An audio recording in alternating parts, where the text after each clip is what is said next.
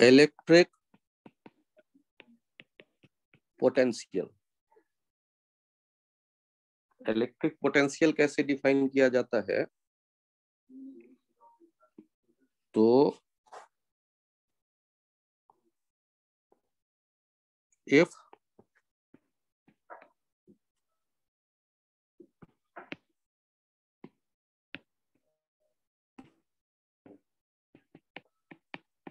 minimum work done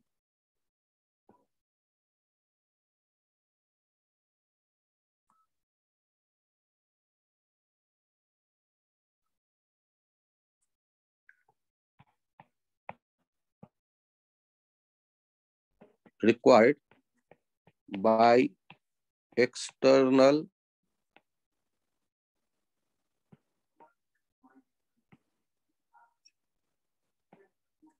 if minimum work done required by external agent against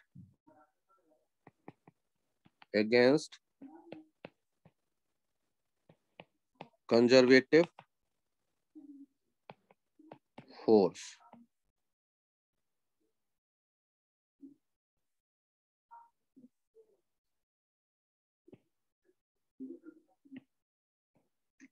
to bring a very small positive test charge Q naught plus Q naught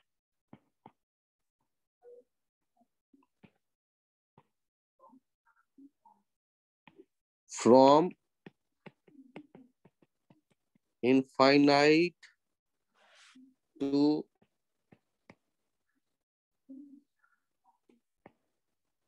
a point, from infinite to a point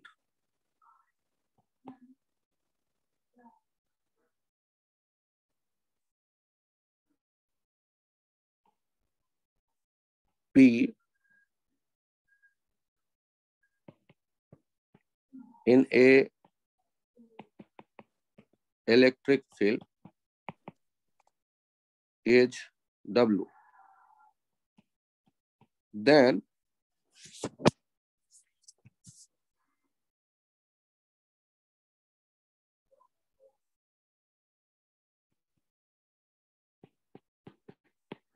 work done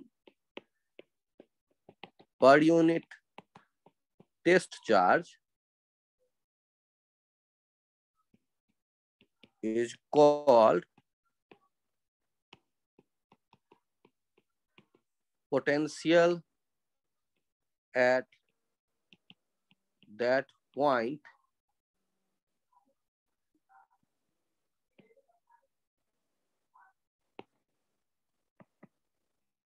P of the electric field.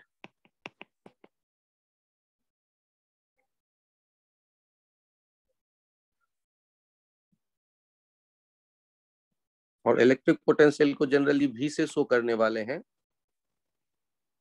तो V जो eight P पर हमने देखा, ये work done जो हुआ है infinite से P तक लाने में, और Q टेस्ट से इसे डिवाइड कर दिया, तो SI यूनिट इसका क्या हो जाएगा वो भी चेक कर लो। SI unit of potential is joule per coulomb and called volt.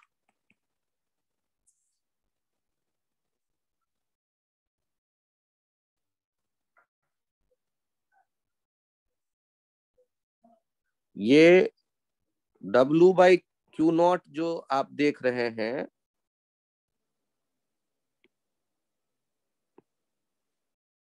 उससे यूनिट को आप समझ सकते हैं।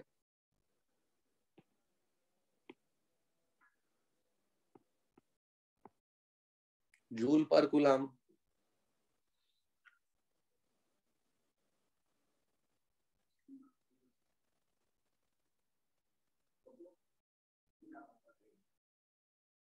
अब ये ऐसे डिफाइन किया जा रहा है, ध्यान दीजिएगा कि यहाँ हम डिफाइन कर रहे हैं कि यदि हम किसी जगह इनफाइनाइट से एक टेस्ट चार्ज लाते हैं और वर्क करना पड़ा डब्ल्यू, हम लाते हैं मतलब मैं गया पकड़ के ला रहा हूँ, मुझे मिनिमम वर्क करना पड़ा डब्ल्यू, किसके अगेंस्ट वर्क करना पड़ा होगा, तो फील्ड के अगेंस्ट।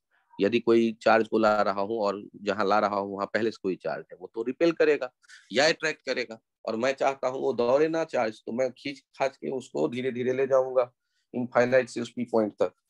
तो वहां लाने में जो वर्क डन करना पड़ा डब्ल्यू, और चार्ज मैंने ऐसा लाया देखने के लिए कि जो फील्ड को ज्यादा डिस्टर्ब ना करे। इवन यहाँ वो कंसिडरेशन ना भी हो तो चलेगा, कोई भी पॉजिटिव चार्ज पॉजिटिव ही लाया जाता है, वेरी स्मॉल यहाँ उतना इंपॉर्टेंट नहीं है, लेकिन पॉजिटिव इंपॉर्टेंट। तो पॉजिटिव चार्ज क्यू नॉट को लाने में जो वर्क करना पड़ा, ये उस सिस्टम का पोटेंशियल एनर्जी बन जाता है। वहां जो पहले से चार्ज होगा और ये नया चार्ज जो लाते हैं, ये मिल करके सिस्टम का पोटेंशियल एनर्जी बनेगा, ये वर्क।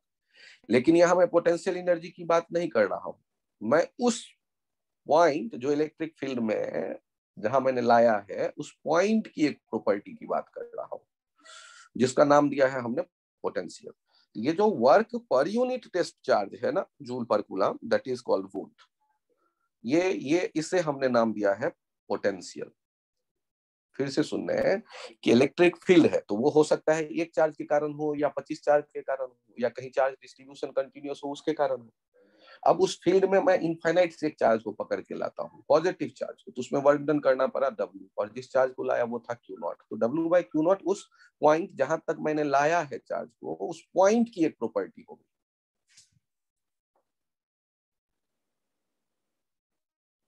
और ध्यान ये रखा गया कि जब वो इनफाइनाइट पे था तो इनफाइनाइट पे हमने पोटेंशियल एज्यूम किया है जीरो, क्योंकि कोई इंटरेक्शन ही नहीं था। इनफाइनाइट पे चार्ज जो जिसको हम ला रहे हैं, तो इनफाइनाइट पे यहाँ इस कंसिडरेशन में इनफाइनाइट पर पोटेंशियल क्या लिया गया है, ये लिया गया है जीरो।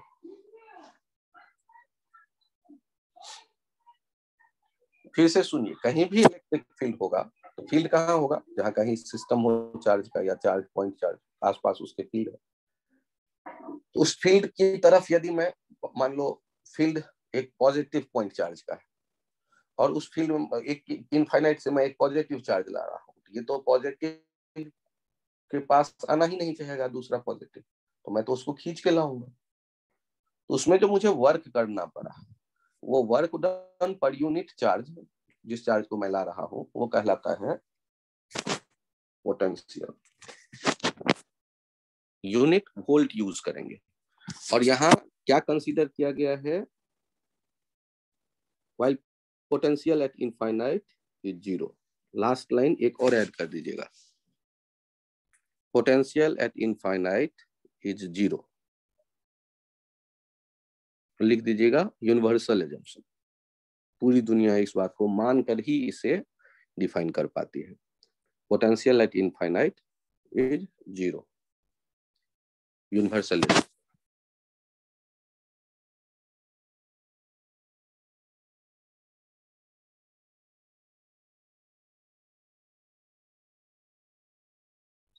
ध्यान से सोचिए, यहां एक पॉइंट और लिख रहे हैं उसी पोटेंशियल के लिए, potential due to a point charge. तो मान लो यहाँ एक पॉइंट चार्ज रखा हुआ है, तो पॉइंट चार्ज रखा हुआ है तो इसका मतलब यहाँ उसका फील्ड भी होगा।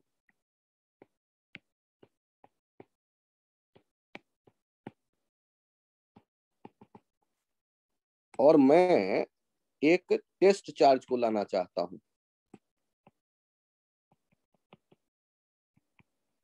पॉजिटिव, इनफाइनाइट से और यहां तक। ये यहां तक का मीनिंग कुछ एक्सप्लेन करने के लिए मैं मान लेता हूं आर डिस्टेंस पर, पॉइंट को कह दिया मान लो पी। तो इनफाइनाइट से पी तक लाने में जो वर्क करना होगा एक्सटर्नल एजेंट को, ये हो जाएगा गेन इन पोटेंशियल एनर्जी। और वो गेन कैसे लिखेंगे? You final minus you initial. Final कैसे लिखेंगे? के क्यू टेस्ट बाई आर, और इनिशियल इनफाइनाइट पे कितना? 0। क्योंकि आपने पोटेंशियल एनर्जी का कंसेप्ट पिछले टर्न पे देखा। तो दो चार्ज जब आर सेपरेशन पे होके होंगे, मतलब ये जो वर्क एक्सटर्नल आप लिख रहे हैं, ये लाने में क्यों वर्क करना पड़ा? जैसे हम एक बॉक्स को उठाकर छत पर ले जाते हैं, तो हमें वर्क एक्सटर्नल एजेंट को करना पड़ता है gain in potential energy, mgh के बराबर। उसी तरह गेन इन पोटेंशियल एनर्जी जो देख रहे हैं, तो फाइनल माइनस इनिशियल में फाइनल कौन? यू एट पी, और इनिशियल कौन? U at infinite. तो इनफाइनाइट सेपरेशन पे तो 0 होता है, और पी पे Q into Q test by R. और ये जो वर्क डन है, और इस वर्क डन को किससे डिवाइड कर दें? क्यू टेस्ट से। तो हमें क्या पता चल जाएगा? V at P. यहां पर क्या आ गया? K Q by are. अच्छा, यहाँ इसको ऐसे भी देखो, ये है, अब बचा कौन? U at P. तो जो हम यहाँ वर्क डन देख रहे हैं, ये work done V at P को ऐसे भी सोच सकते हैं। वर्क डन एक्सटर्नल जो हुआ वो एट पी पे, क्योंकि इनफाइनाइट पे तो 0 होता है, ये हमें पहले से पता है। तो पी पे जितना पोटेंशियल एनर्जी है वो हमने देखा। तो वी एट पी आप ऐसे भी कह सकते हैं, U at P upon Q test.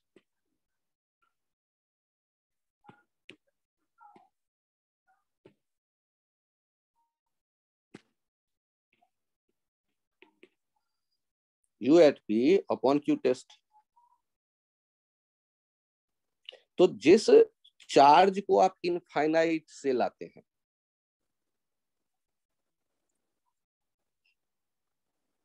उस इनफाइनाइट से लाने पर उसकी पोटेंशियल एनर्जी बढ़ गई, तो सिस्टम का वहां जो पोटेंशियल एनर्जी पी पॉइंट पर इस चार्ज को रखने के बाद उस पी वाले चार्ज का दिख रहा है,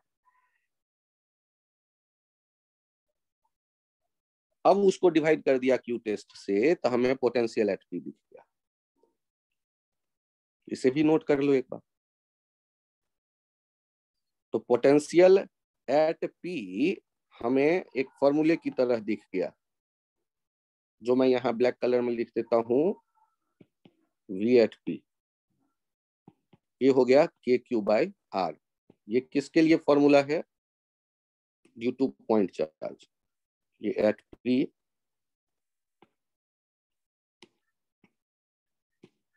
तो ये भी किसके कारण? ड्यू टू पॉइंट चार्ज, के क्यू बाय आर। इनफाइनाइट से लाते हैं। आप ध्यान से देखिएगा,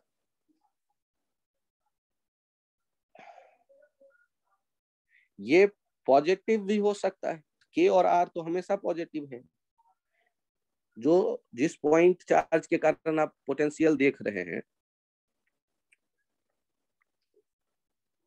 यदि वो पॉजिटिव है तो पोटेंशियल जो वैल्यू मिलेगा वो भी पॉजिटिव हमें मिल रहा है। इसको दूसरे वर्डिंग में समझिए, ये प्लस क्यू जो है अपने आप तो आएगा नहीं, हम उसको हाथ पकड़ के खींच के लाएंगे इनफाइनाइट से पी की तरफ। तो हम जिधर फोर्स लगा रहे हैं उसी तरफ हमें डिस्प्लेसमेंट भी दिख रहा है टेस्ट चार्ज का, तो हमारा वर्क डन पॉजिटिव होगा, और वही बनेगा पोटेंशियल, तो पोटेंशियल भी पॉजिटिव होगा। यदि निगेटिव चार्ज होता पहले से रखा गया, तो वो प्लस क्यू टेस्ट चार्ज भागते दौड़ते आना चाहता, और मैं उसे धीरे धीरे ले जाना चाहता हूँ मिनिमम वर्क। तो मैं उसका हाथ पकड़ के दूर की तरफ खींचूंगा, और वो जा रहा है पी की तरफ, तो हमारा वर्क डन निगेटिव होगा, तो वो पोटेंशियल एनर्जी निगेटिव मिलेगा। या दूसरे वर्डिंग में, क्यू यदि निगेटिव है तो के क्यू बाय आर वाला वैल्यू निगेटिव होगा।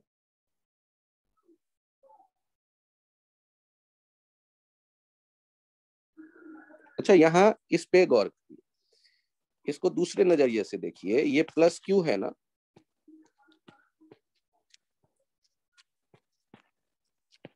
तो आपको जब यहाँ इलेक्ट्रिक फील्ड लिखना होता था पी पॉइंट पर। तो मैं क्या कहता था,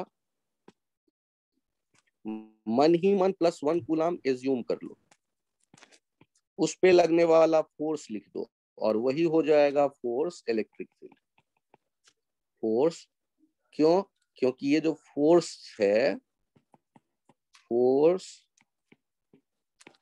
per unit charge is field intensity. इसीलिए ये जो फोर्स होता था वही फोर्स क्या दे देता था, इलेक्ट्रिक फील्ड, ये Q/r², उसका डायरेक्शन भी दिख जाता था। तो उसी तरह मैं आपसे कहूंगा, यदि कोई +Q चार्ज है और उसके कारण r डिस्टेंस पे आपको पोटेंशियल लिखना है, तो आप क्या करो, वहां मन ही मन +1 कूलम एज्यूम कर लो। और वो हम लोग क्या जानते हैं, potential energy per unit charge. Potential energy per unit charge हो गया जूल पर कूलम, इज पोटेंशियल। तो ये 1 कूलम के लिए क्या पोटेंशियल एनर्जी सोचते आप, KQ × 1/r, यही तो हो गया पोटेंशियल। और इसका यूनिट यूज करेंगे वोल्ट, या तो पूरा, नहीं तो केवल एक कैपिटल भी लिख के काम चला देते हैं, लेकिन दोनों तरफ भी रहेगा तो वो कंफ्यूज करेगा, इसलिए मैं वोल्ट ही लिख रहा हूं। तो इससे हमें क्या फायदा मिलेगा कि इसमें भी सुपरपोजिशन हम यूज करना सीख रहे थे कि दो चार्ज होता तब क्या करते इलेक्ट्रिक फील्ड। ध्यान रखिए ये वेक्टर होता था, यहां भी सुपरपोजिशन यूज करेंगे। और ध्यान रखिएगा ये स्केलर है, क्यों? क्योंकि ये एनर्जी है, फोर्स नहीं है। अब सुपरपोजिशन का क्या मीनिंग होगा,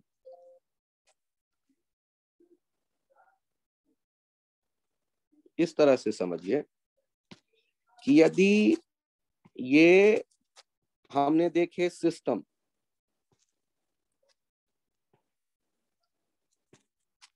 Q1 Q2, और यहां पर है पॉइंट P, और हम जानना चाहते हैं P पॉइंट का पोटेंशियल क्या होगा। बीच का डिस्टेंस ये है, यहां से यहां तक R, और यहां से यहां तक है A। तो P पॉइंट पे हमसे पोटेंशियल पूछा जा रहा है। तो सॉल्व करने के लिए हमें क्या करना चाहिए, तो V@P, तो V1 और 2 दोनों चार्ज का होगा। अब ये V1 कैसे सोचें, KQ1, और यहाँ मन ही मन क्या मान लें, जैसे 1 कूलम अवेलेबल हो, 1/r + A, KQ2/A। 1 आप मन ही मन सोचेंगे, यहाँ लिखना वो जरूरी नहीं है, या आपने याद ही कर लिया KQ/R।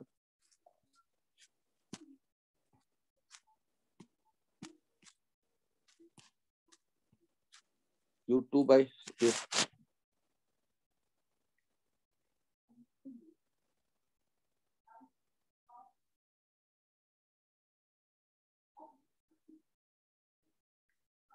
आराम से देखिए, यहाँ पहले वाले का हमने सोचा, फिर दूसरे वाले का सोचा, और वो वहां जो P पॉइंट है उसका एक प्रॉपर्टी हमें पता चला कि वहां पोटेंशियल इतना है। इस प्रॉपर्टी का क्या मतलब कि इनफाइनाइट से किसी चार्ज को Q टेस्ट को यहां तक लाते, तो वो जो वर्क करना पड़ता एक्सटर्नल एजेंट को, फिर उसको क्यू टेस्ट से डिवाइड कर देते तो वो हो जाता है वीबी। या यूं सोचो ना कि इस क्यू टेस्ट को इनफाइनाइट से यहाँ लाने में जो वर्क करना पड़ता है वही वर्क तो बन जाता है पोटेंशियल एनर्जी उस क्यू टेस्ट का, पोटेंशियल एनर्जी क्यू टेस्ट का बाकी चार्जों के इंटरेक्शन का।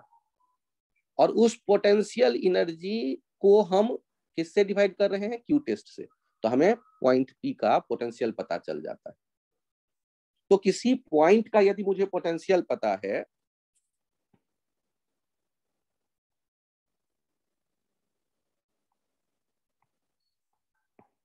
इफ, ये कंसेप्ट की तरह ध्यान रखिएगा, इफ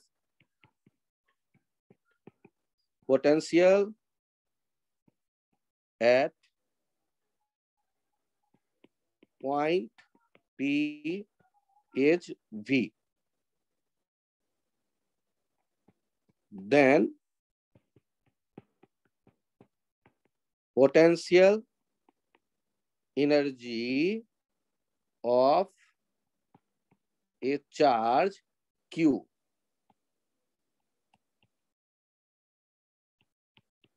present in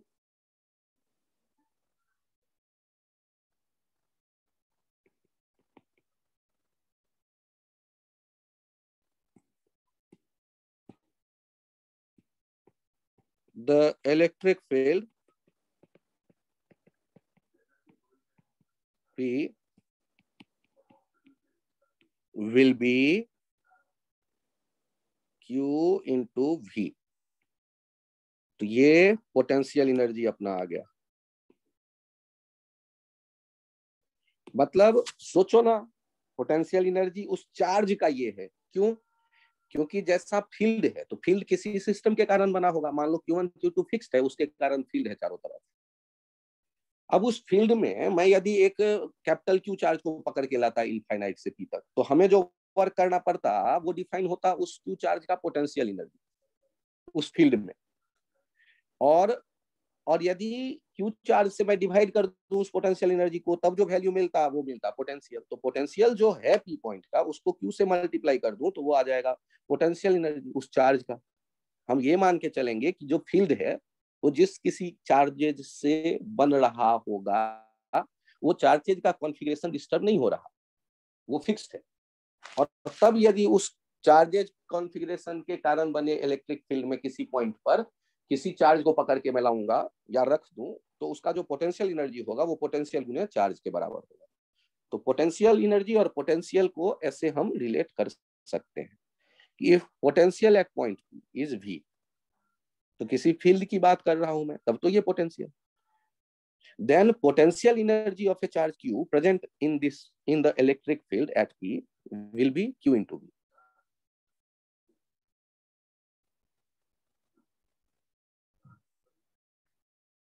क्या ये थोड़ा कंफ्यूजिंग लग रहा है?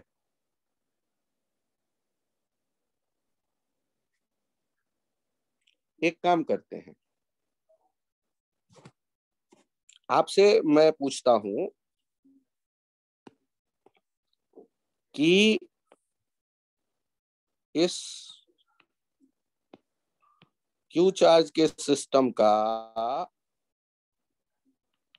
सेंटर पर इलेक्ट्रिक फील्ड क्या होगा और पोटेंशियल क्या होगा?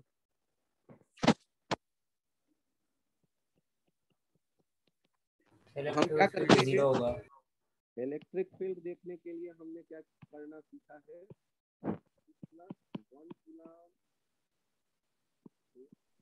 सर आपकी आवाज नहीं आ रही। के कारण रिपल्सन, सर आपकी आवाज कम हो गई।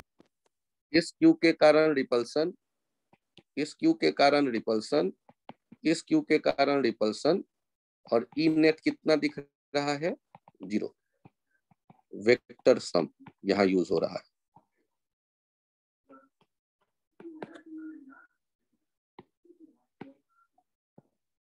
यदि पोटेंशियल के लिए इमेजिन करें,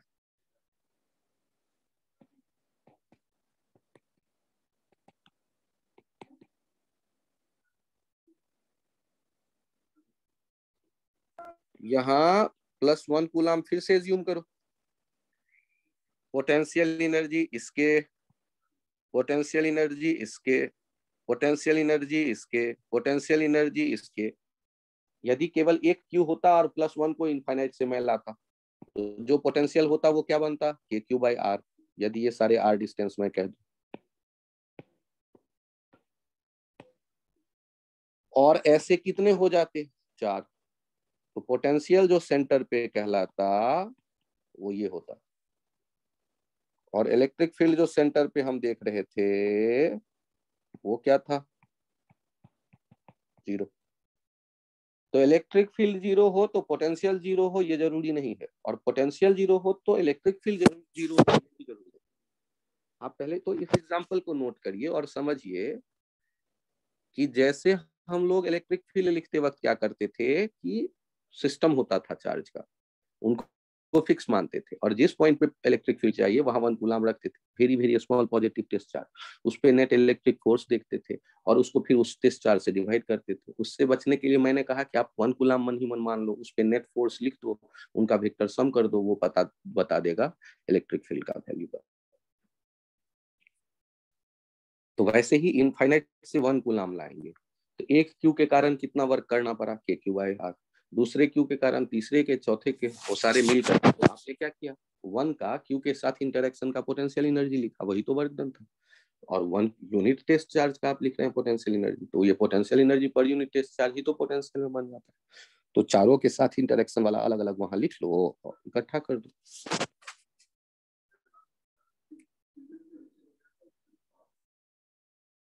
सोचो,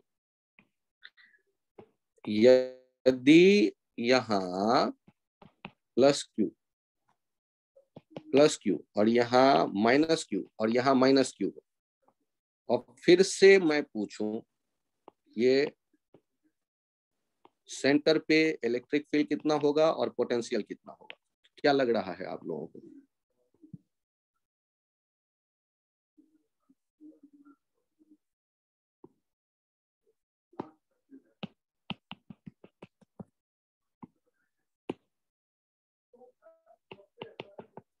कितना?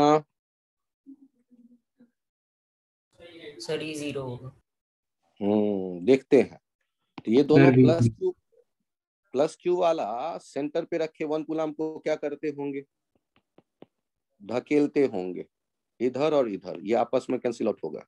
और माइनस वाले क्या करते होंगे, बुलाते होंगे अपनी तरफ, इधर आजा मेरी तरफ, इधर आजा मेरी तरफ, और ये भी कैंसिल आउट होगा। तो electric field net vector sum करके क्या देखा, 0।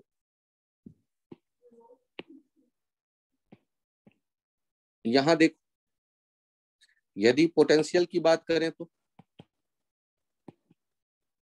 सर शायद से 0 ही होगा। तो +1 कूलाम रखो और इंटरेक्शन वाली एनर्जी सोचो, इनका इनका इनका और इनका, और इकट्ठा कर दो, KQ/R + KQ/R -KQ/R -KQ/R, मिलजुल के हो गए 0। तो ऐसा भी हो सकता है कि इलेक्ट्रिक फील्ड 0 हो और भी 0 हो, ये भी नोट कर लें।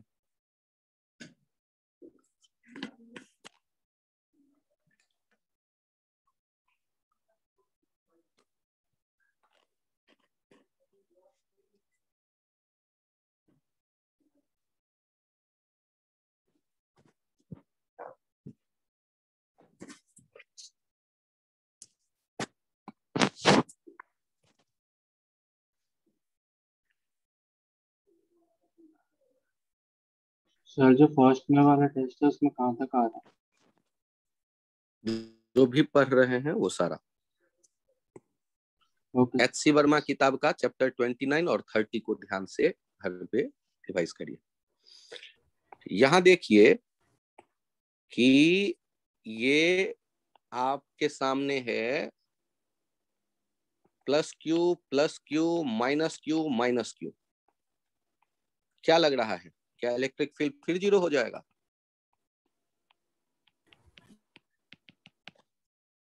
No sir. No sir. No sir. क्यों ऐसा लग रहा है कि 0 नहीं होगा?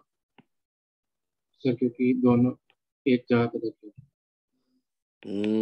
ये दोनों जो प्लस होंगे सेंटर पे रखे +1 कूलाम को दूर भगाएंगे, भाग जाओ मेरे से दूर। और ये जो नीचे वाले दोनों माइनस हैं वो सेंटर पर रखे को अपनी तरफ बुलाएगा। KQ/R², KQ/R², KQ/R², और उसी तरह KQ/R²। अब यहाँ पर 90 डिग्री पे 4 जो है तो 2 और 2, तो रिजल्टेंट यहाँ आ जाएगा। ई का वैल्यू हो जाएगा ट्वाइस KQ/R², और ऐसे 90 डिग्री पे 2 है तो रिजल्टेंट √2 टाइम्स। और सोच के बताओ पोटेंशियल के बारे में क्या ख्याल है? सर 0।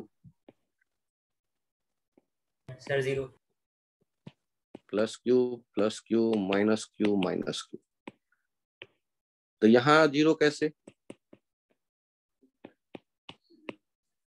तो V एट सेंटर देख रहे हैं, एक का +KQ/R, दूसरे का भी +KQ/R, तीसरे का -KQ/R, चौथे का -KQ/R, सारे मिलके 0। यहाँ डायरेक्शन का कोई मतलब नहीं, स्केलर। तो हम लोगों ने ये सीखा V 0 हो तो E 0 होगा, या E 0 हो तो V 0 होगा, ऐसा कोई रूल नहीं है मेरे पास।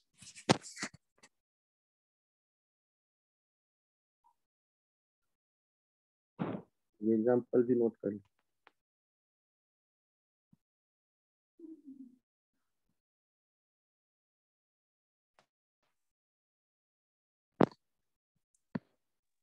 सर 1 मिनट पीछे वाली स्लाइड दिखा दो।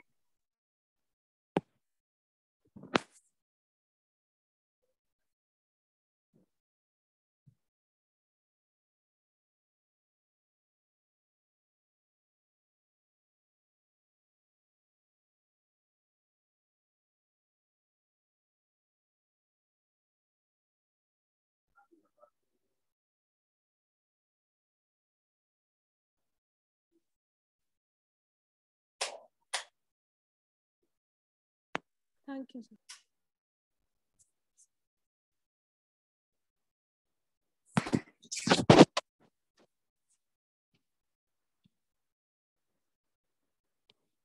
यहाँ एक अपने पास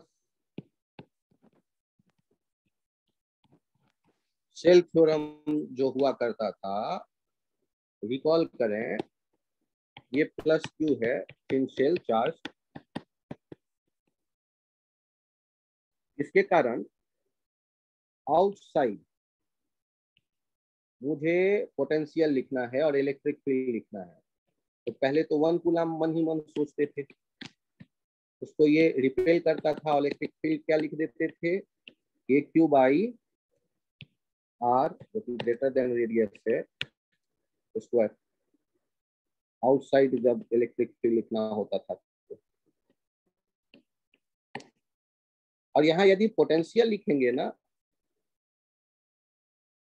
आउटसाइड वाला, तो वो भी वैसे ही सोचेंगे। ये क्यूब जो है उसके पूरे चार्ज को कहाँ मान लें, सेंटर पे।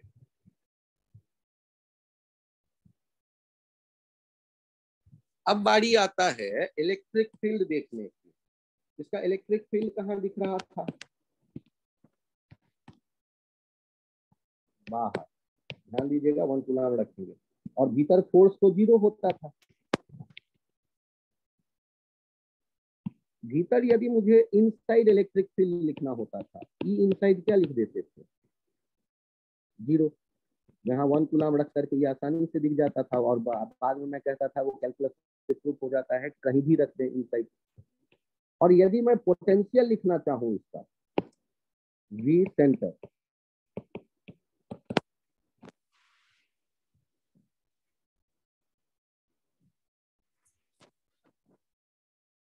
तो आप क्या करते हैं, सेंटर पे लिखना चाहते हैं तो एक छोटा सा टुकड़ा ले लो dq, और यहाँ सेंटर पे r डिस्टेंस पे +1 कूलम को एज्यूम कर लो, और उनका पोटेंशियल लिख लो, K dq × 1/r, और इसी को समेशन कर दो। ऐसे ही सारे dq लेते, समेशन का ही दूसरा नाम है इंटीग्रेशन कर दो।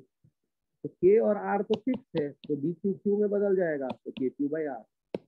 वी सेंटर पे के क्यू बाई आर, और वी इनसाइड और वी सरफेस,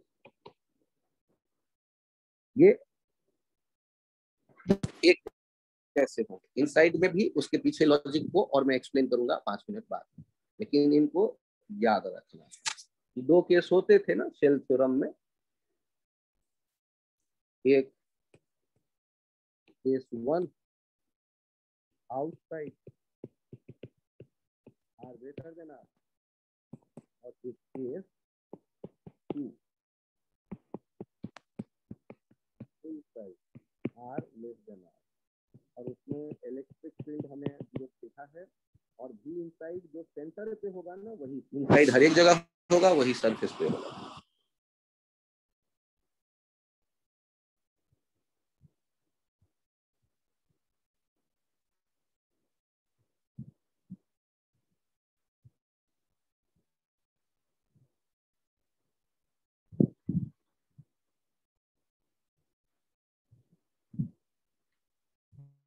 जहां इलेक्ट्रिक फील्ड नहीं है स्पेस में, उस हर एक पॉइंट का जो उस स्पेस में मौजूद है एक जैसा पोटेंशियल होगा, जो भी होगा पोटेंशियल एक जैसा। और जहां इलेक्ट्रिक फील्ड है वहां पोटेंशियल इलेक्ट्रिक फील्ड के लाइन के डायरेक्शन में जब बढ़ेंगे तो बदलेगा।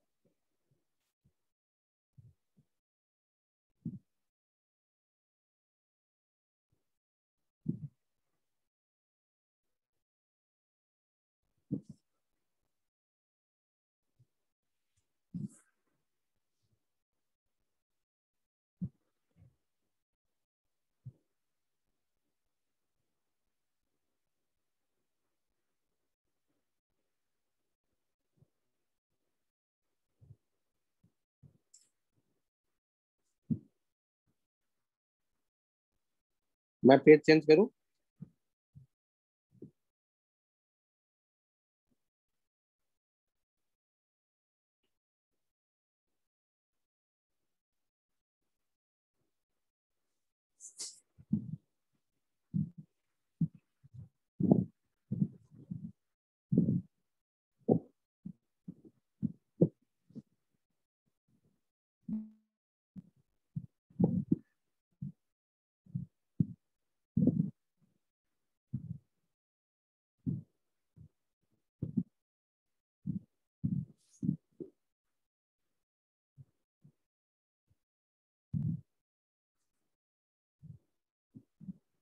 ये पिछला पेज लिख लिया सबने?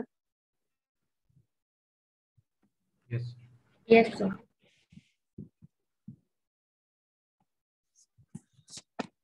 यहाँ इस बात को समझिए ना,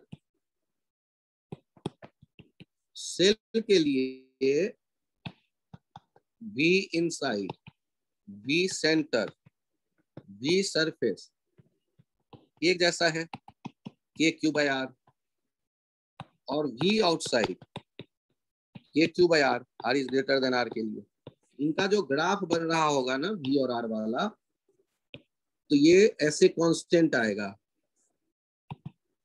आर तक, और उसके बाद फिर आर के बढ़ने के साथ कम होता जाएगा।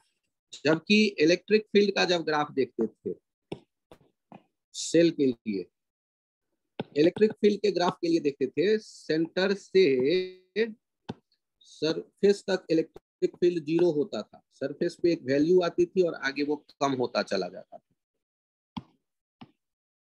तो जैसे हम इलेक्ट्रिक फील्ड के अच्छा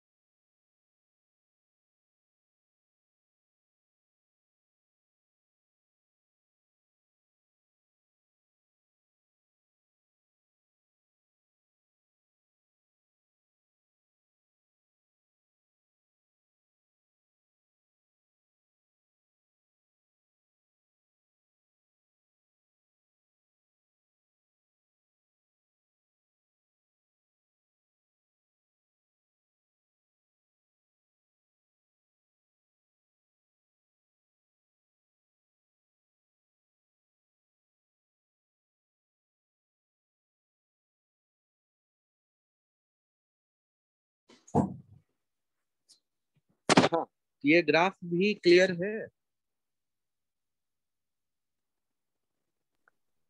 यस ग्राफ भी याद रखना होता है, डायरेक्ट क्वेश्चन ग्राफ देख के आपके आंसर चुनने होते हैं। अच्छा, यहाँ इस बात पे गौर करिएगा कि पोटेंशियल में डायरेक्शन का कोई सेंस नहीं है। यदि पॉजिटिव चार्ज सेल है तो भी पॉजिटिव ही होगा, चाहे लेफ्ट की तरफ जाए चाहे राइट की तरफ। तो उसमें वो लेफ्ट राइट लिखने की कोई आवश्यकता नहीं है, किसी भी डायरेक्शन में लिख देते हैं या पॉजिटिव ही दिखाते हैं। इस बात पे गौर करिए कि कोई रिंग होता था और रिंग पे चार्ज क्यू होता था, तो क्या इसके कारण याद है आपको? इलेक्ट्रिक फील्ड इंटेंसिटी यहाँ +1 कूलम रख कर देखते थे, धकेलता था यस कैलकुलस सर। अप्लाई करके, K Q X upon R square plus X square to the power 3/2। अब सोचो 1 कूलम आपने एज्यूम किया है, यहाँ तो है नहीं। अब इस पॉइंट पे मुझे पोटेंशियल लिखना है, तो हम क्या करेंगे, एक छोटा सा डी क्यू चुन लेंगे और उसके कारण देखेंगे कि डिस्टेंस कितना है, और फिर यहाँ डी भी सोच लेंगे कि D Q into one by distance R square plus X square, और इंटीग्रेट करेंगे। तो इंटीग्रेट करेंगे तो ये तो जीरो से भी हो जाएगा, और ये चार्ज जीरो से क्यू, क्योंकि आर और एक्स में से कोई नहीं बदलेगा, K Q upon R square plus X square. दूसरे वर्डिंग्स में सोचो कि रिंग के कारण एक्सिस पर जब पोटेंशियल चाहिए तो हर एक डी क्यू जो रिंग पे है उससे डिस्टेंस तो फिक्स है, √r² plus X square.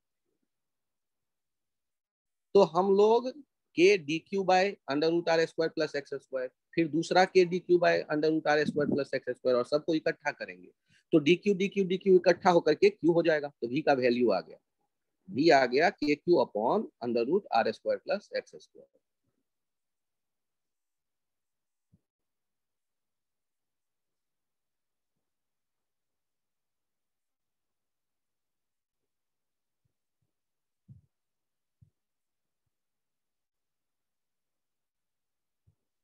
K Q upon √r² plus X square, ये भी आ गया।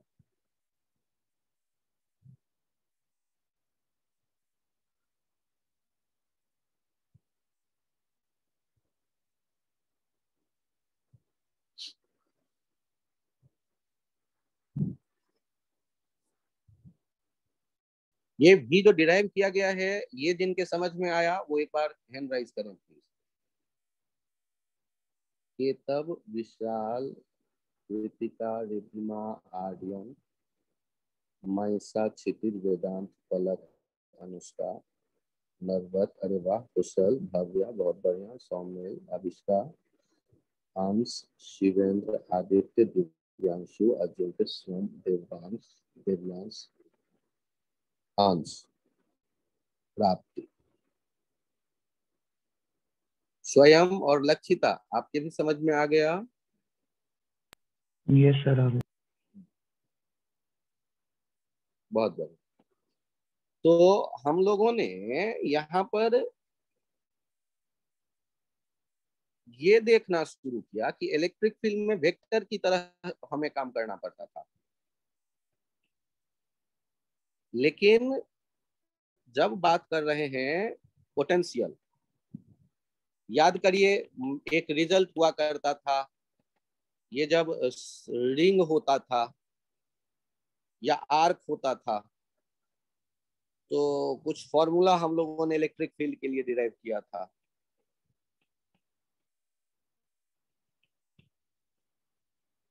शायद 2k λ/r था। Sir into sin θ/2। वो तब होता था जब आर्क थीटा एंगल का लेते थे, तब 1 कूलम रख करके हम लोग कहा करते थे electric field 2k λ/r sin θ/2। याद आ गया होगा। अच्छा, यहाँ यदि कोई मुझे पूछे कि टोटल चार्ज कितना है, तो क्यू टोटल कितना हो जाएगा? तो क्यू टोटल हो जाएगा λ/πr। और यदि यहाँ मैं पोटेंशियल लिखता डी भी, तो कैसे लिखता? के डी क्यू बाई आर। और मुझे यदि टोटल भी चाहिए तो भी कितना हो जाता, के क्यू बाई आर। क्यू कौन? Q total. तो v के लिए सोचते वक्त चूंकि सारे जो क्यू हैं D Q D Q D Q लेते यदि सेम रीडिंग का, तो आर डिस्टेंस पे है तो के क्यू बाई आर। एक डायरेक्शन तो यहाँ है नहीं, 1 कूलम का इससे इंटरेक्शन, इस डी क्यू से इंटरेक्शन, इस डी क्यू से इंटरेक्शन 1 कूलम का, इस डी क्यू से इंटरेक्शन 1 कूलम का, तो सारे डी क्यू मिलकर के क्या हो जाते, Q total, K Q total by R. Direction तो यहाँ पोटेंशियल में सेंस रहता नहीं है। क्या ये पोटेंशियल भी समझ में आ गया?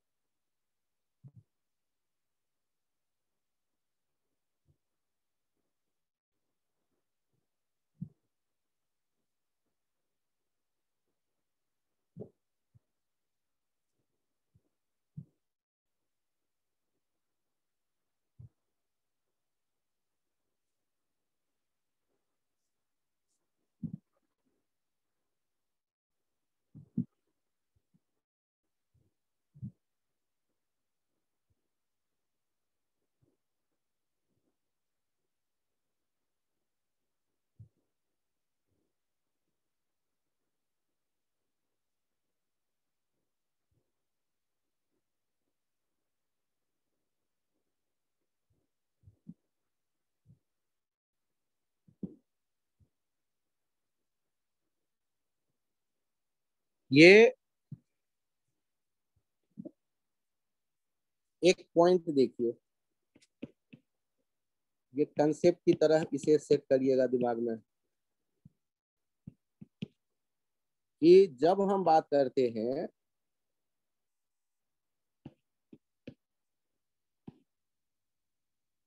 इलेक्ट्रिक फील्ड और उसमें आर डिस्टेंस पे, तो पोटेंशियल यहाँ V1 R1 पे देखिए कितना आया, के क्यू बाय R1। और यदि ये R2 डिस्टेंस पे आए तो V2 देखिए क्या हो जाएगा, के क्यू बाय R2। तो अब बताइए कौन बड़ा है, V1 बड़ा है या V2? R1 और R2 में देखिए पहले कौन बड़ा है, R2 बड़ा है। तो V1 क्या हो जाएगा, बड़ा, और V2 हो जाएगा छोटा। क्यों? के क्यू बाय R1 और के क्यू बाय R2 में हम चेक करेंगे तो ये के क्यू बाय R2 वाला छोटा आ जाएगा, तो V1 ग्रेटर देन V2। तो यहाँ हमने क्या सीखा, यहाँ से मैं क्या याद रख सकता हूँ कि कंसेप्ट क्या याद रख सकता हूँ,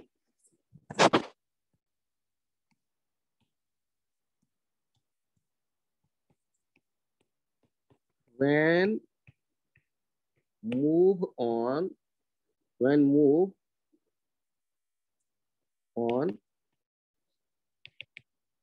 straight electric field lines, then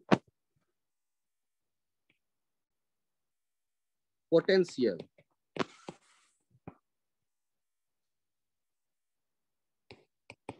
will decrease on moving from tail to head। Electric field line यदि स्ट्रेट है तब तो वो एरो जैसा होगा, और एरो जैसा होगा तो टेल से हेड की तरफ जाने पर डिक्रीज होगा पोटेंशियल। एक आइडिया तो ये सेट कर लो।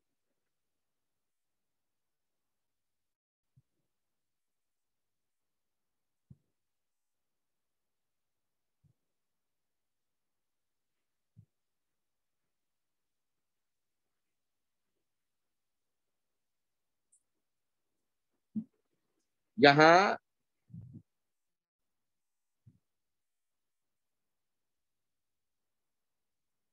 इसके बाद एक पॉइंट और देख लो, R1 डिस्टेंस पे आप आते हैं तो यहां भी पोटेंशियल V1, यहां भी पोटेंशियल V1, यहां भी पोटेंशियल V1, यहां भी पोटेंशियल V1। और सोचो R2 डिस्टेंस पे आते हो चारों तरफ तो यहां भी पोटेंशियल V2, यहां भी V2, यहां भी V2, यहां भी V2, यहां भी V2। यहां दूसरा पॉइंट जो आपको सीखना है, दूसरा पॉइंट ये स्फेरिकल सरफेस दिख रहे हैं ना, ये कहलाते हैं equi potential surfaces. Equi potential surface क्यों? इक्वी माने क्या?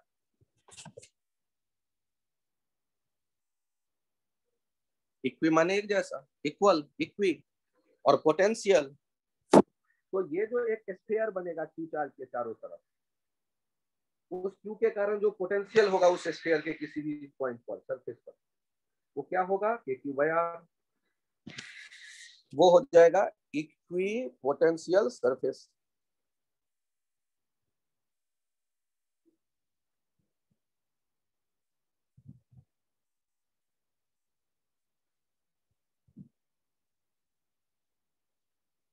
Equi potential surface. जिन लोगों को ये equipotential surface word feel आया वो हैंड राइज करें प्लीज।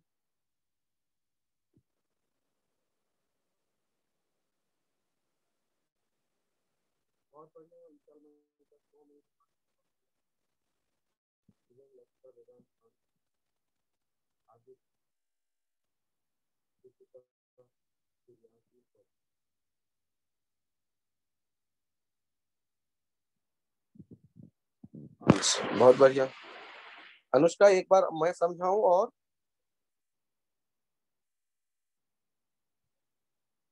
No sir. ठीक, बहुत बढ़िया। अविष्का, भव्या, देव्यांश,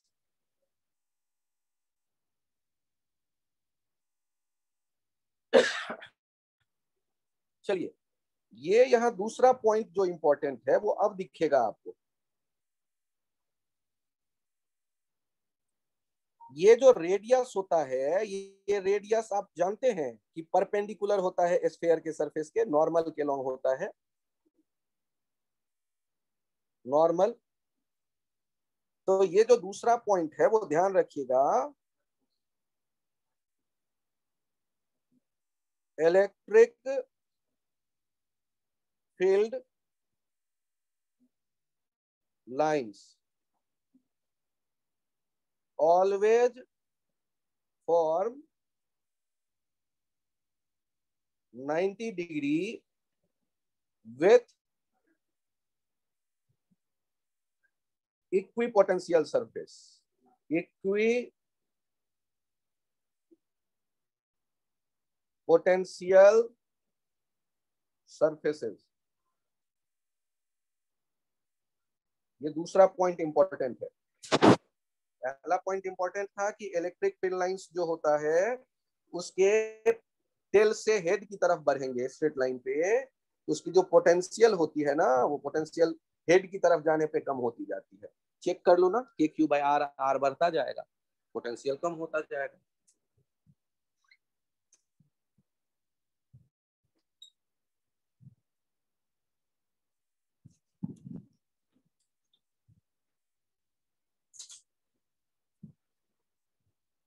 ये दूसरा पॉइंट भी ध्यान रखिए कि electric field lines always form 90 degree with equipotential surface.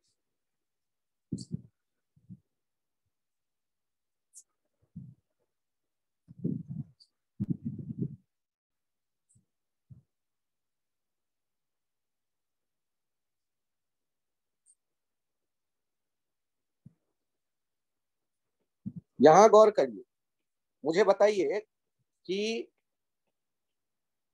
Uniform electric field है। इन दोनों के ये 90 डिग्री वाले प्लेन देखिए, पोटेंशियल V1 और V2 में कौन बड़ा होगा, कौन छोटा होगा? V1 V2 में कौन बड़ा होगा, कौन छोटा होगा? ये V1, यहाँ भी V1 होगा पोटेंशियल, इस लाइन पे हर एक जगह V1 होगा पोटेंशियल। क्यों? क्योंकि ये 90 डिग्री पर है ना, ये इक्वी पोटेंशियल सरफेस हो गया, क्योंकि इलेक्ट्रिक फील्ड लाइंस 90 डिग्री पे है। ये इक्वी पोटेंशियल सरफेस, ये भी और ये भी, और ये इक्वी पोटेंशियल हुए तो कौन सा पोटेंशियल ज्यादा होता है पूंछ की तरफ? कौन सा पोटेंशियल ज्यादा होता है? एरो जो होंगे इलेक्ट्रिक फील्ड के, उसके टेल की तरफ या हेड की तरफ? हेड किधर कहेंगे एरो का? Head of arrow, electric field lines, और इधर होगा टेल ऑफ एरो।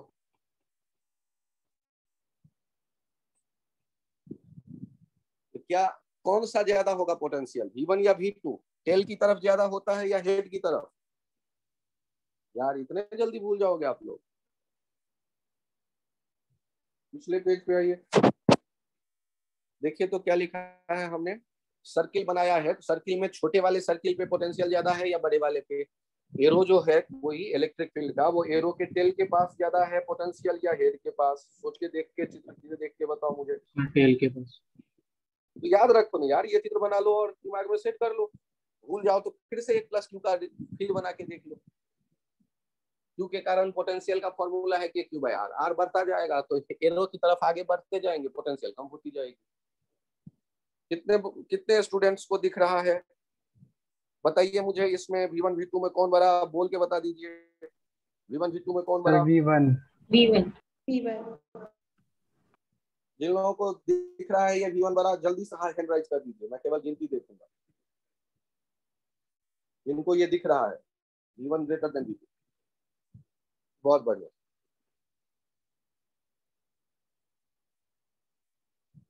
चलिए, तो हमारे ये आइडिया इलेक्ट्रिक पोटेंशियल जो है ना, और ध्यान से सुनिए, हम यदि ग्राउंड फ्लोर से एक बक्से को उठाकर फर्स्ट फ्लोर पर ले जाते थे, हम कहते थे पोटेंशियल एनर्जी बदल गया, हमें वर्क करना पड़ा ग्रेविटी के अगेंस्ट। लेकिन यदि ग्राउंड फ्लोर पे इधर से उधर कर देंगे बक्से को, तो उससे उसकी ग्रेविटेशनल पोटेंशियल एनर्जी बदलती थी? नहीं। तो हम ग्रेविटेशनल पोटेंशियल एनर्जी को जैसे फील करते थे, उसी तरह ध्यान से सुनिए, यदि कोई चार्ज होता Q, तो उसका पोटेंशियल एनर्जी इस A पॉइंट पर क्या लिखते? Q into V1। और इस B पॉइंट पर क्या लिखते? उसी Q को यदि रखा गया होता तो Q into V1, potential energy B का भी। और तो यदि मैं A से B पर ले जाऊं, चाहे सीधे चाहे घुमा के, तो क्या मुझे कोई वर्क करना पड़ा? वर्क एक्सटर्नल एजेंट को करना पड़ा? जीरो। क्यों? क्योंकि वर्क जो होगा U at B minus U at A, potential में एनर्जी में चेंज। तो एक इक्वी पोटेंशियल सरफेस पे यदि मैं चार्ज को ले जाऊं इधर से उधर, तो एक्सटर्नल एजेंट का वर्क डन कोई पूछेगा तो हम क्या कहेंगे? क्योंकि पोटेंशियल एनर्जी जो शुरू में है और अंत में है वो एक जैसा है, तो हमें कोई वर्क नहीं करना पड़ेगा। तो एक पॉइंट, तीसरा पॉइंट ये ध्यान रख लें, when we move any point charge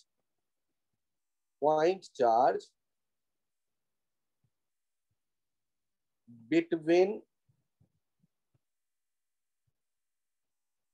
any two points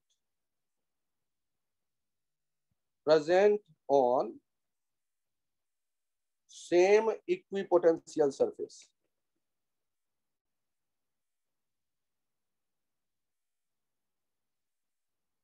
तो work done by conservative force या work done by external force equals to delta U equals to 0।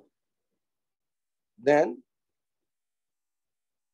Work done conservative force का या external force का या potential energy के change का, वो zero आएगा। क्यों? क्योंकि इक्वी पोटेंशियल है, उसकी पोटेंशियल एनर्जी चाहे ए पॉइंट पे देखिए चाहे बी पॉइंट पे।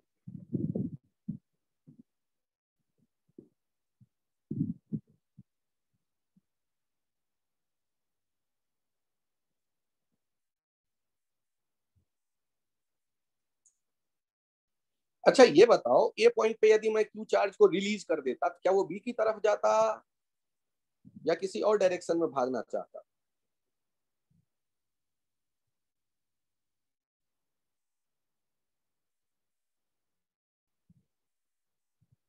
पहले तो ये पॉइंट मेंशन कर लो कि when we move any point charge between any two point present on same equipotential surface, then work done by conservative force या work done by external agent या work done या change in potential energy, ये क्या होने वाला है? Zero. Work done by electric force या work done by external agent या work gain in potential energy, ये सारे होने वाले हैं जीरो। इसमें और भी एक आइडिया कि चाहे रास्ता कोई भी हो, उस पर सरफेस पे ही जाए जरूरी नहीं, चाहे रास्ता कोई भी हो, केवल इनिशियल और फाइनल पॉइंट ये एक ही सरफेस पे मौजूद हो, इक्वी पोटेंशियल सरफेस पे।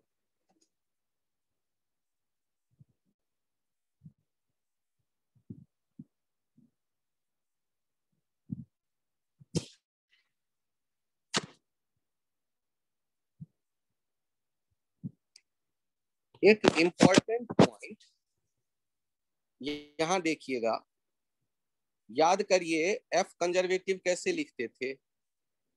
Del U by del X I cap plus del U by del X J cap plus del U by del Z K cap. ये आप मैकेनिक्स में जानते हैं relation from 11th work power energy, work power energy,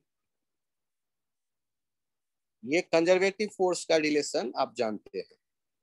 और याद करो कि यदि क्यू टेस्ट से इन्हें डिवाइड कर दो तो एफ बाई क्यू टेस्ट का ही कोई और नाम याद करो, यू बाई क्यू टेस्ट का नाम याद करो। यू बाई क्यू टेस्ट का कोई नाम याद आ रहा है?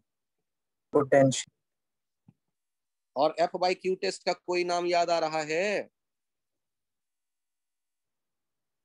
फोर्स पर यूनिट टेस्ट चार्ज क्या कहते थे? Electric field. अरे field electric field intensity. Intensity.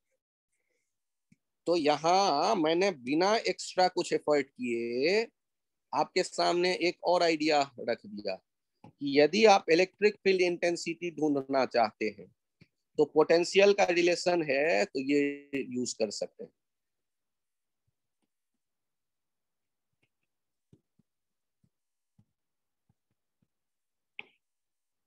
Relation between electric field and potential, relation between electric field and associated potential.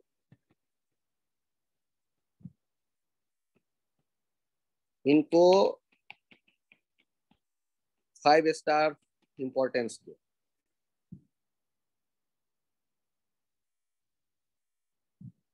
जैसे एक एग्जांपल भी देख लें, आपको v दे दिया गया X square Y cube plus Z और कहा गया फाइंड ई। तो इनको सॉल्व कैसे करेंगे? ई का वैल्यू यदि हम लिखना चाहते हैं तो ई इक्वल्स टू, ये तो वेक्टर होगा 3 टुकड़े, del V by del X. आप लोग सिंबल को जानते हैं, ये पार्शियल डिफरेंशिएशन होता है। एक्स के रेस्पेक्ट में डिफरेंशिएट कर रहे होंगे तो वाई जेड को कांस्टेंट मान लेंगे, del V by del Y और del V by del Z. अब बताओ, एक्स के रेस्पेक्ट में डिफरेंशिएट करेंगे तो 2x बचेगा, बाकी सारे जीरो। वाई के रेस्पेक्ट में डिफरेंशिएट करेंगे तो 3y² बचेगा, बाकी सारे जीरो। और जेड के रेस्पेक्ट में डिफ्रेंशिएट करेंगे तो 1 बचेगा, बाकी सारे 0। क्या ये इलेक्ट्रिक फील्ड लिखना उम्मीद करूं समझ में आ जाएगा, थोड़ी कोशिश करके। जिन लोगों के समझ में आ गया हैंड राइज करें तो जल्दी थोड़ा। माइसा के तब विशाल आदित्य प्राप्ति। चलिए 17, 18, 19, 20 बच्चों को समझ में आया। 19 को तो आप यहाँ इन्हें भी देख सकते हैं। वर्क डन बाय कंजर्वेटिव ये लिखते थे FC.dr, और इसका जो निगेटिव होता था यही हो जाता था डेल्टा यू। तो यहां से आता था del U by del R, याद करिएगा एफ कंजर्वेटिव माइनस में FC ऐसे लिखा करते थे D U by D R. तो क्यू टेस्ट से दोनों तरफ यदि मैं डिवाइड कर दूं, क्यू टेस्ट से यदि मैं दोनों तरफ डिवाइड कर दूं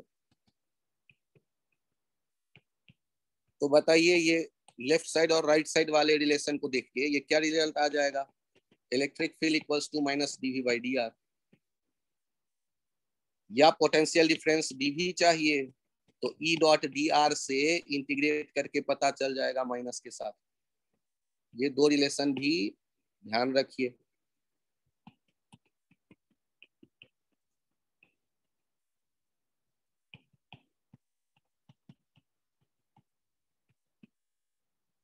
फाइव स्टार फॉर्मूले। यहाँ एरो हटाइएगा please. Work done scalar quantity है, delta U minus negative of work done by conservative force. ये मैकेनिक्स से आपने बाय डिफिनीशन ये यूज किया, by definition of change in potential energy, change in potential energy.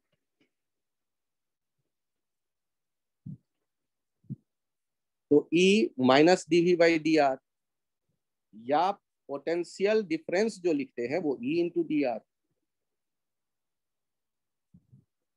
Dot product लेकर के integrate कर देते हैं।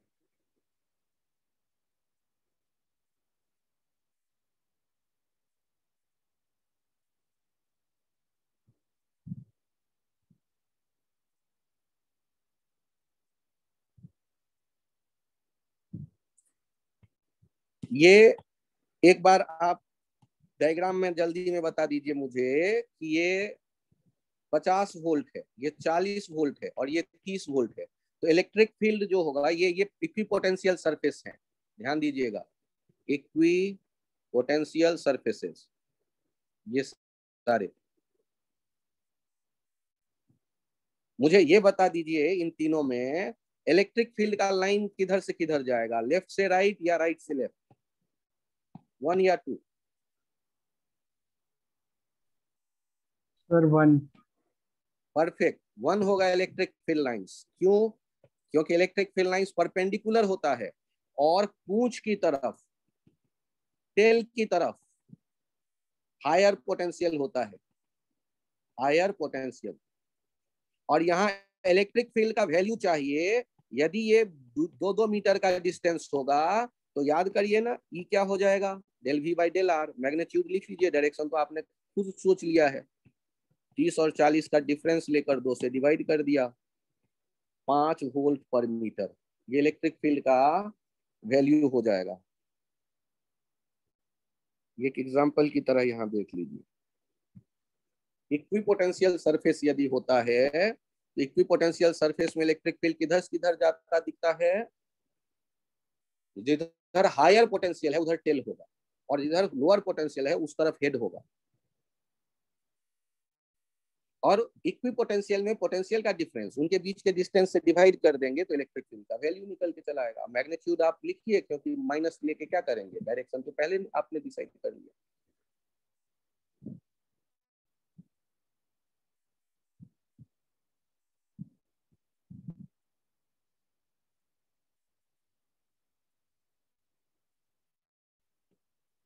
ये एक ग्रीन वाला है, इसमें सोच के बताओ इलेक्ट्रिक फील्ड लाइंस किधर जाएगा? ये है 15 वोल्ट, ये है 10 वोल्ट और ये है 5 वोल्ट, और ये 1-1 मीटर का डिस्टेंस है।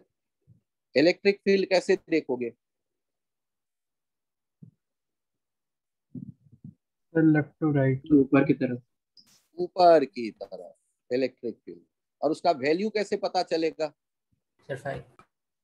5 वोल्ट पर मीटर। हाँ, डिफरेंस ले लो। ई का वैल्यू कैसे लिख देंगे? तो ई का वैल्यू लिख देंगे delta we by delta R, और मैग्नीट्यूड ले लें।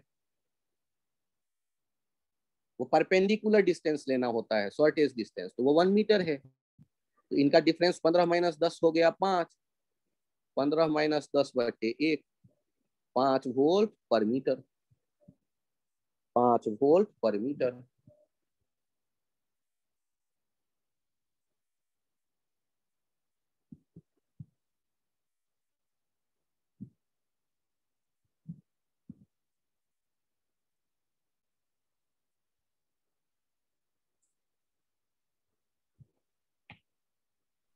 सर हमारा केमिस्ट्री का टेस्ट। चलिए अभी पिछला वाला पेज आप लिख लीजिए, और आज यहीं तक रखते हैं।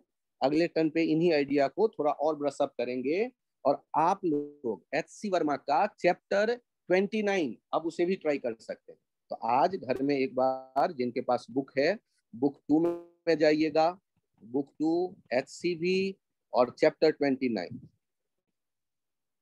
उसे भी पढ़िएगा ध्यान से, आपके समझ में वो भी आएगा। ठीक है?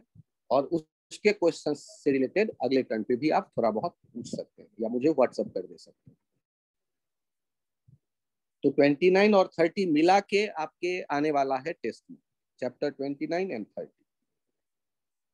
HC वर्मा का।